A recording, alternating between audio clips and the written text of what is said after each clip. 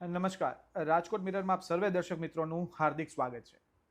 સ્થાનિક સ્વરાજ્યની ચૂંટણીને આડે હવે ગણતરીની જ કલાકો બાકી રહી છે, ત્યારે અનેકવિધ મુદ્દા ઉપર આપણે ચર્ચા કરી. ત્યારે હાલ રાજકોટ મિરરના સ્ટુડિયો ઉપર આજે એક એવી વિરલ વિભૂતિ ઉપસ્થિત છે કે જે ખૂબ સનિષ્ઠ છે અને રાજકીય ક્ષેત્રે તેમનું યોગદાન પણ અનેરું છે. જી હા, રાજકોટના જાણીતા ન્યુરોસર્જન ડૉક્ટર હેમાંગ વસાવડા અને કોંગ્રેસ આગેવાન આપણી સાથે હાલ ઉપસ્થિત છે. ડૉક્ટર સાહેબ, પહેલાં તો આપનો ખૂબ ખૂબ આભાર કે આપ અમારા આંગણે પધાર્યા છો. સર, સર્વપ્રથમ પ્રશ્ન જ એ છે મારે આપને પૂછવો છે કે ઓવરઓલ મહાનગરપાલિકાની ચૂંટણીની વાત કરીએ તો શું સિનારીઓ હાલ આપ જોઈ રહ્યા છો? કોંગ્રેસ એ બહુ ખરાબ તબક્કામાંથી પસાર થઈ. આજથી 5 વર્ષ પહેલાં 2021માં માત્ર સમ ખાવા પૂરતી 4 ટિકિટ 4 ઉમેદવાર જીત્યા. જી. 2026માં વાતાવરણ બિલકુલ જુદું છે. પ્રજા કોંગ્રેસને આવકારી રહી છે અને અમે ચોક્કસ બહુ સારા પરિણામની આશા રાખી રહ્યા છીએ. ઘણા કારણો છે પ્રજાનો મત અને મૂડ બદલાવાના, પણ એ જો આપ પૂછશો તો આગળ ચર્ચા કરશું. પણ ટૂંકમાં એટલું જ કહું છું કે પ્રજાનો મૂડ અને મત આ ફેરા બિલકુલ જુદા છે. સર, રાજકીય વર્તુળોમાં એવી પણ ચર્ચા આવે છે, આપે ખૂબ ગહન અભ્યાસ કર્યો છે, વાત સાચી, પણ આ વખતે એવું કહે છે કે ભાઈ આમ આદમી પાર્ટી છે તે વિપક્ષ તરીકે લોકો એને જોઈ રહ્યા છે, કોંગ્રેસને નહીં. શું માનો છો આપ? હું એ તારણ સાથે બહુ સંમત નથી. એમાંય ગઈકાલે જે કડાકો થયો આમ આદમી પાર્ટીમાં, એ પછી ચોક્કસ પ્રજામત આમ આદમી પાર્ટીની વિરુદ્ધ જશે.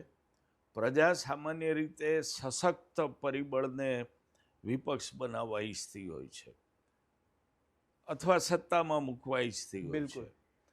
આમ આદમી પાર્ટીનું ગઈકાલનું જે રાષ્ટ્રીય લેવલે બનાવો બન્યા, એ પછી હું નથી માનતો કે ગુજરાતના મતદાતાઓ હવે આમ આદમી પાર્ટીમાં ભરોસો રાખી શકે.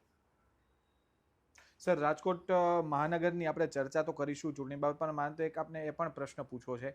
સાહેબ, કોંગ્રેસ દર વખતે, ધારો કે 2021માં જે થયું ત્યારે પણ કોંગ્રેસે આશાવાદ વ્યક્ત કર્યો હતો કે ઘણા ખરા જે પ્રજાના કામ જે નથી થતા તે કરવામાં આવશે. 15 વર્ષ 20 વર્ષના શાસનકાળમાં સાહેબ દર વખતે આ મુદ્દા આવે છે અને અંતે જો સત્તામાં આવે છે તો તે ભાજપ છે. સાહેબ, શું કારણ આપ માનો છો? આપની વાત સાચી છે. છેલ્લા 2-3 દિવસ એવા હોય છે કે જ્યારે માહોલ ઉલટ પુલટ થાય છે. કોઈ એવા મુદ્દાઓ અચાનક સરફેસ ઉપર આવી જાય છે કે જે પ્રજા મત બદલી શકે છે. એટલે આ વખતે કોંગ્રેસે એની પૂરતી કાળજી રાખી છે. છેલ્લા 2-3 દિવસનું આયોજન અગાઉથી કરેલું છે અને આ ફેરા ચોક્કસ કોંગ્રેસ સારામાં સારા પરિણામો લાવશે એવો અમારો અભ્યાસ પણ છે, માન્યતા પણ છે અને ગણતરી પણ છે. સાહેબ, આ વખતે કોંગ્રેસ માટે ઘણો ગોલ્ડન ચાન્સ છે એવું રાજકીય વર્તુળોમાં ચર્ચા જાગી છે. પરંતુ સાહેબ, ઘણા ખરા એવા મુદ્દા જે છે કે જે ભાજપ વિરુદ્ધ જો કોંગ્રેસે ઉઠાવ્યા હોત આ ચૂંટણી પ્રચાર પ્રસાર દરમિયાન તો કોંગ્રેસને ઘણો ફાયદો મળ્યો, પરંતુ એ થયું નથી. સાહેબ, શું કારણ? એવા કયા મુદ્દા જે કોંગ્રેસે નથી ઉઠાવ્યા? સાહેબ, ઘણા ખરા.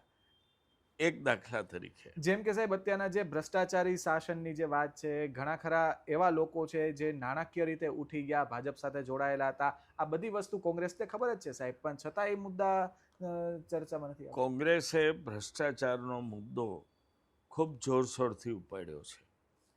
કુશાસન, ભારતીય જનતા પક્ષનું કુશાસન વર્સિસ કોંગ્રેસનું સુશાસન, આ વાત પણ પ્રજા સમક્ષ કરી છે. હા, એક વાત સાચી, હું સંમત છું, પણ હું થોડા જુદા દ્રષ્ટિકોણથી વાત રજૂ કરું છું કે અંગત આક્ષેપો કે નામ લઈને ભ્રષ્ટાચારની વાતોથી કોંગ્રેસ દૂર રહી છે. કારણ કે અંગત આક્ષેપો જ્યારે કરવામાં આવે ત્યારે અમે, અને ખાસ કરીને હું એવું માનું છું બિલકુલ કે જાહેર જીવનનું ધોરણ નીચું લઈ જઈ શકાય નહીં. તમારી પાસે સોલિડ પ્રૂફ હોય તો જ તમે કહી શકો કે આ અભાઈએ કે બભાઈએ બહુ પૈસો ખાધો અને આ ભ્રષ્ટાચાર કર્યો. પણ પક્ષે ભ્રષ્ટાચાર કર્યો છે એ દેખીતી વાત છે. એટલે કોંગ્રેસે એક રણનીતિના ભાગરૂપે પક્ષના ભ્રષ્ટાચાર ઉપર ખૂબ વાત કરી. ચૂંટણી ઢંઢેરામાં પણ મૂક્યું છે કે ભ્રષ્ટાચાર વિહીન શાસન આપશું. અને અંગત આક્ષેપો પ્રત્યે આક્ષેપો પર્સનલાઇઝ એનાથી કોંગ્રેસ દૂર રહી છે. સાહેબ, પ્રજા પણ ઈચ્છે છે કે બદલાવ થાય, પરંતુ ક્યાંક ને ક્યાંક એક મુદ્દો એવો પણ છે કે જેમ ગાયત્રીબા છે, અતુલભાઈ છે, વટથી ટિકિટ લઈ આવે છે, ચૂંટણી લડે છે. આપ જેવા સનિષ્ઠ આગેવાનો જેને વર્ષોથી પાર્ટીની સેવા કરી છે, બરોબર, તો એ કેમ આગળ આવતા નથી, કેમ ચૂંટણી લડતા નથી? કારણ કે લોકોની અપેક્ષા એ પણ છે કે આપ જેવા આગેવાનો જો આગળ આવશો તો કદાચ એમના પ્રશ્નનું નિવારણ આવી શકે છે. સાહેબ, શું કહેશો? નહીં, ચોક્કસ સમયે આગેવાનો ચૂંટણી લડતા જ હોય છે. ગાયત્રીબા આ ફેરા ચૂંટણી લડે જ છે. અમારા અતુલભાઈ રાજાણી પણ આ ફેરા ચૂંટણી લડી રહ્યા છે. વાત આવી, તમે જે મને સીધું પૂછ્યું કે તમે કેમ, તો દરેકનો એક ડિટર્મિન રોલ હોય છે લોકશાહીમાં, જે સમયાંતરે બદલાતો હોય છે. આજે મારી જે ભૂમિકા છે, જે પક્ષની ડિઝાઇન પ્રમાણે એ જીતાડવાની છે, કોંગ્રેસનું પરિણામ સુધારવાની છે, અને સૌરાષ્ટ્રના જુદા જુદા જિલ્લામાં સંગઠનલક્ષી કાર્યવાહી કરવાની મારી ભૂમિકા છે. એવું બને કે આવતીકાલે મારી ભૂમિકા બદલાય અને મારે પણ ચૂંટણી લડવાનું બને, પણ આજની તારીખે આ પરિસ્થિતિ છે. સાહેબ, ભાજપમાં ત્યાંના જે આંતરિક જૂથવાદને જે ઉકળતો ચરુ જે છે એ જોવા મળી રહ્યો છે. સાહેબ, આ મુદ્દો કોંગ્રેસને કેટલો સ્પર્શશે અને કઈ રીતે ફાયદો કરાવશે? નહીં, ચોક્કસ આંતરિક વિખવાદ, ઉકળતો ચરુ, આ બધી વાત રાજકોટમાં હવે જાહેર થઈ ગઈ છે, જાહેરમાં આવી ગઈ છે વાત.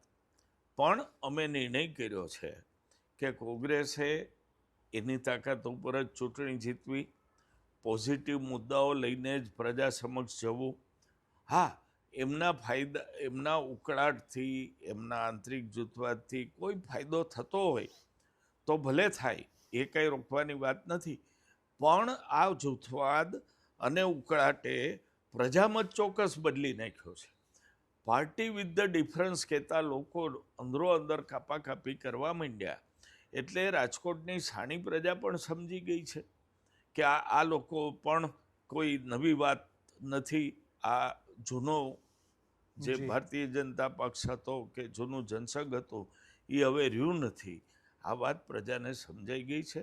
અમે રણનીતિ પ્રમાણે અમારા મુદ્દા, અમારી તાકાત અને પ્રજામત જીતવું એવું નક્કી કર્યું છે. અમે સામેના પક્ષોના આંતરિક ઉકળાટને એને માટે કોઈ પ્રયાસ કર્યા નથી જે એ લોકો કરતા હતા.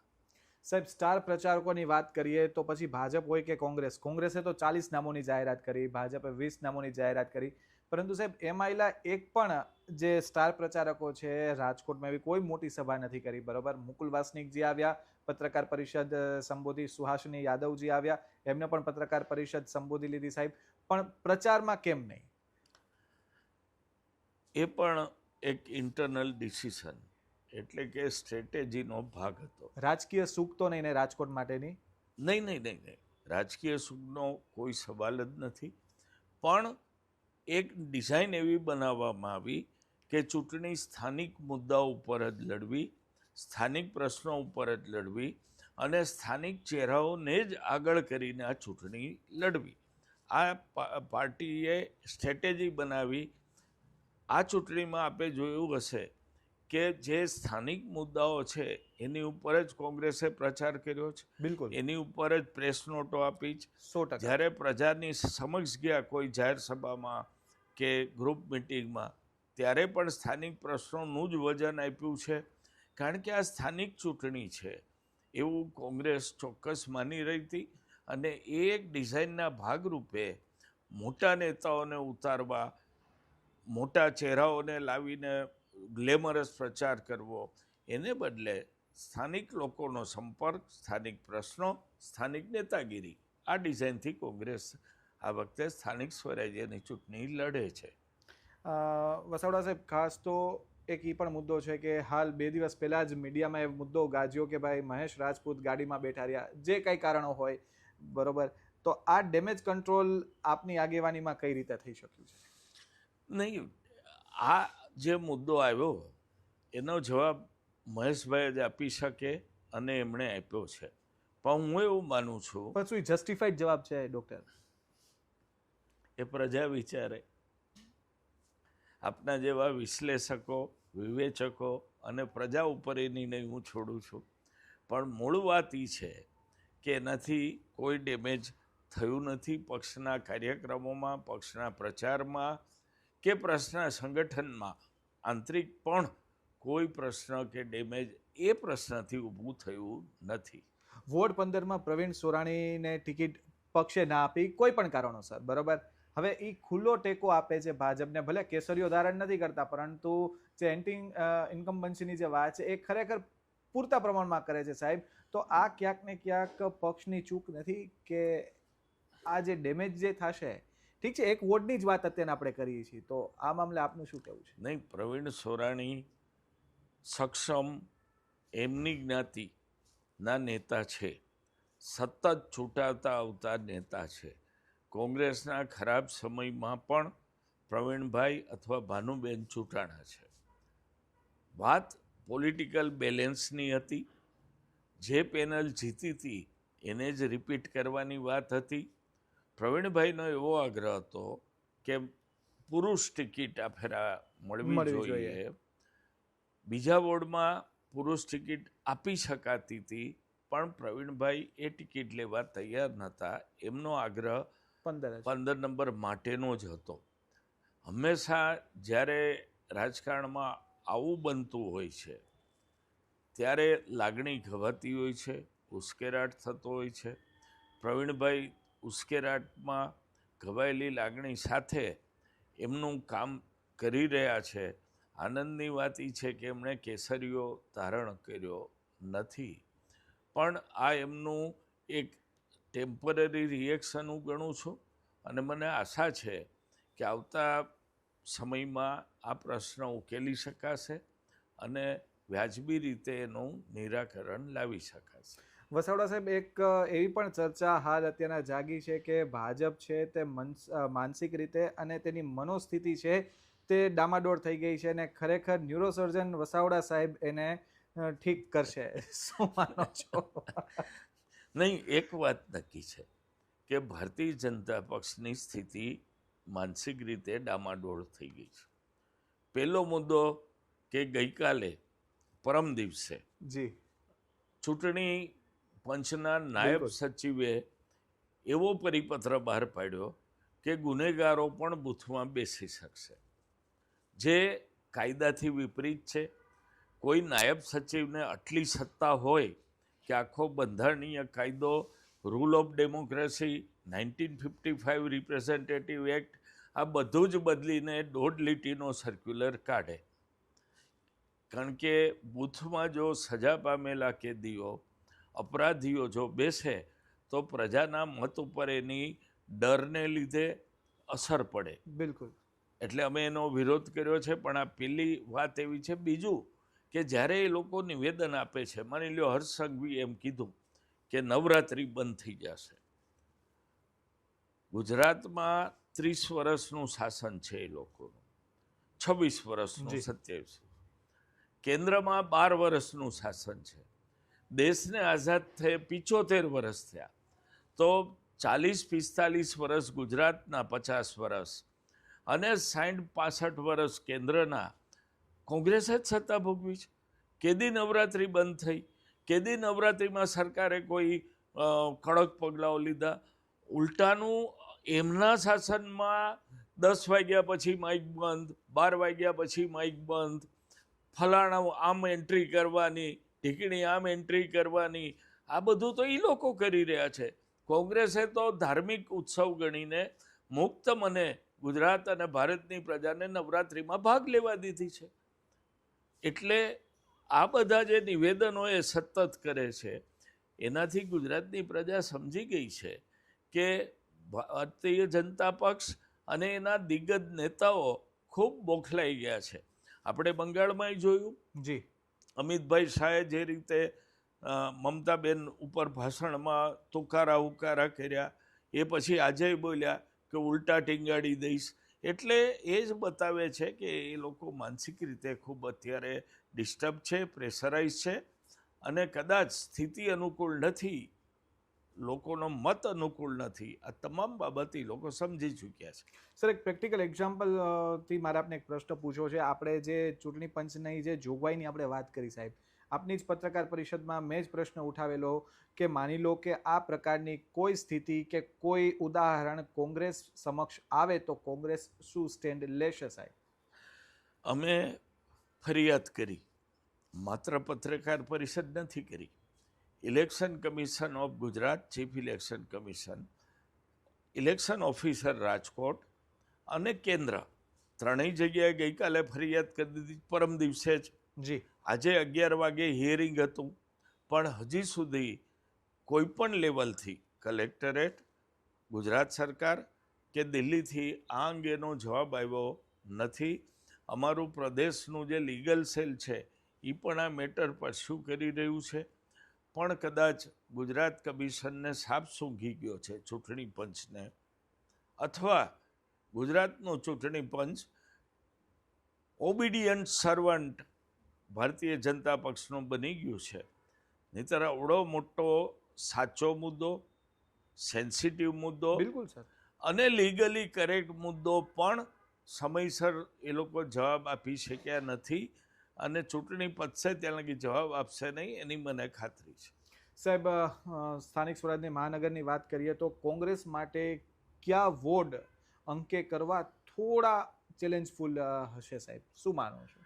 નહીં, અત્યારે તો આ બાબતનું વિશ્લેષણ જે છે એ હું જાહેર કરવા માગતો નથી, પણ અમારી પાસે ચોક્કસ આકલન છે કે આટલા વોર્ડ ખૂબ સારા છે, અહીં રિઝલ્ટ આવી શકે છે, અથવા આ વિસ્તારમાં we are trailing, we have identified it. અને અમે ગઈકાલ રાતથી જે વિસ્તારમાં અમને એવું લાગ્યું છે કે કોંગ્રેસને હજી જોર, તાકાત, શક્તિ વધારવાની જરૂર છે, ત્યાં સોશિયલ મીડિયાના સહારે એકદમ આક્રમક વલણ અપનાવ્યું છે.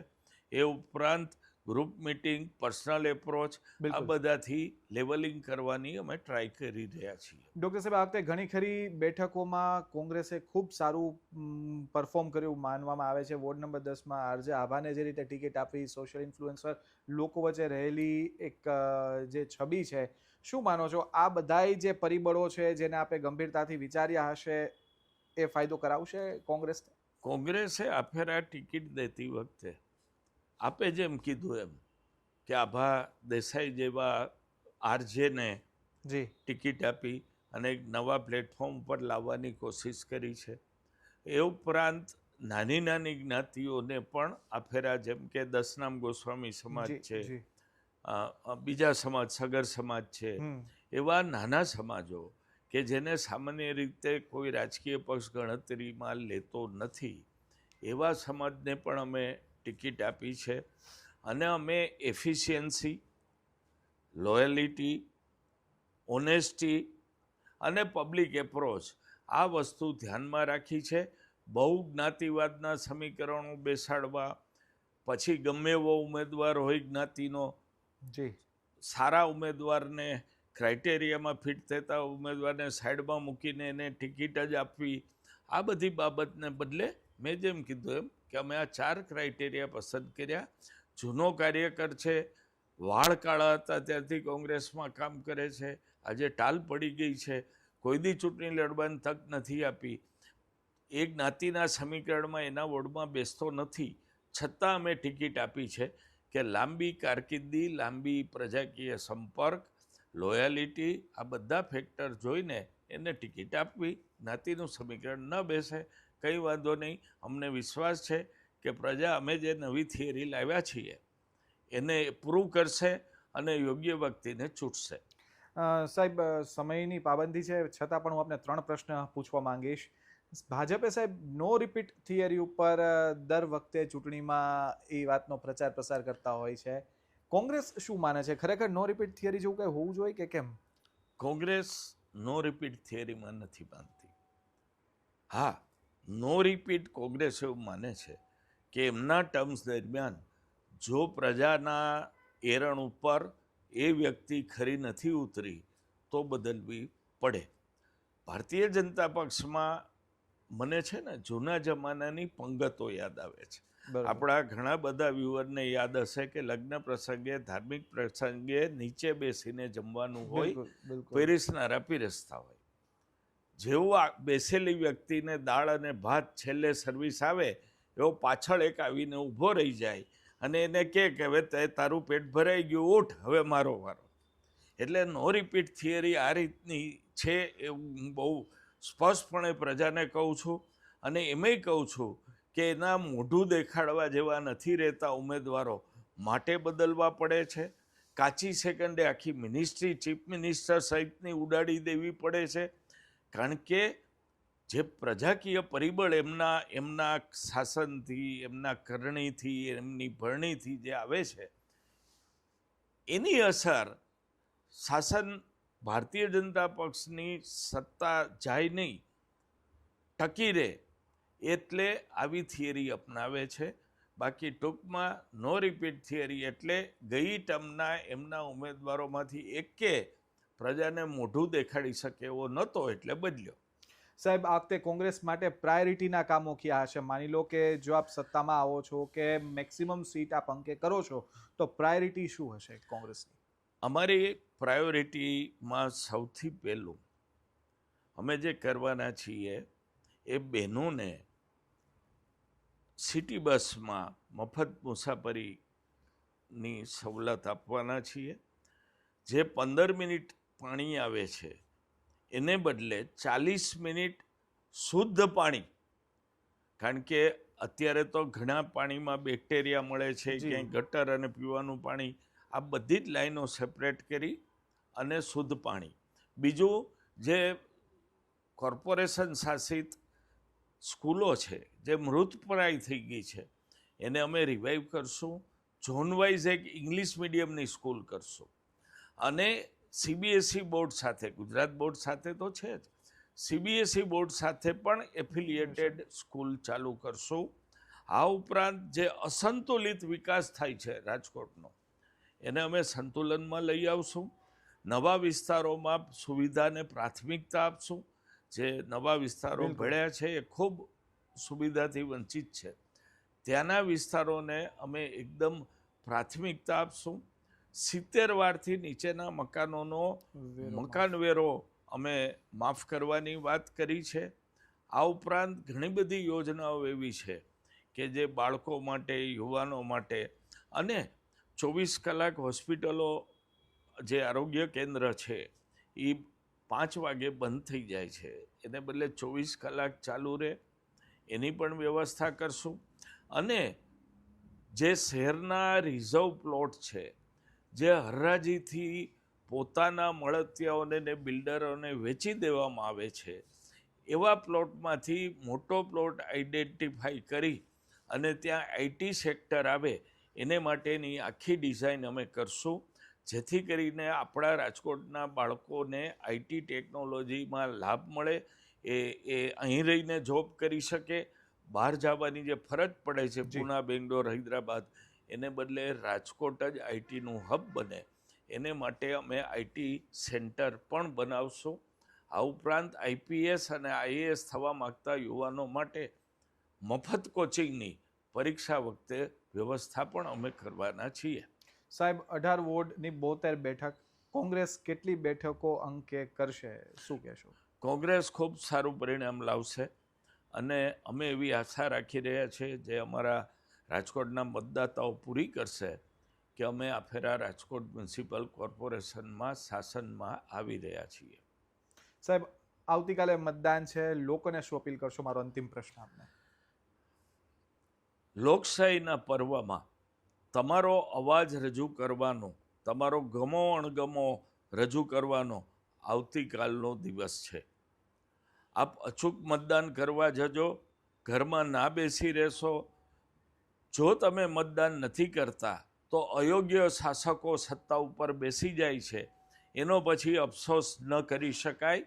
એટલે આ પહેલી વાત. બીજું, બહુ વિચારીને મેં જેમ કીધું કે પ્રજાકીય ચહેરો, સેવા એમના સ્વભાવ અને વર્તનમાં હોય, પ્રમાણિકતા અને વફાદારી હોય પ્રજા પ્રત્યે, અને ઇઝીલી એપ્રોચેબલ હોય, અડધી રાતનો હુંકારો હોય, એવા ઉમેદવારને મત આપજો.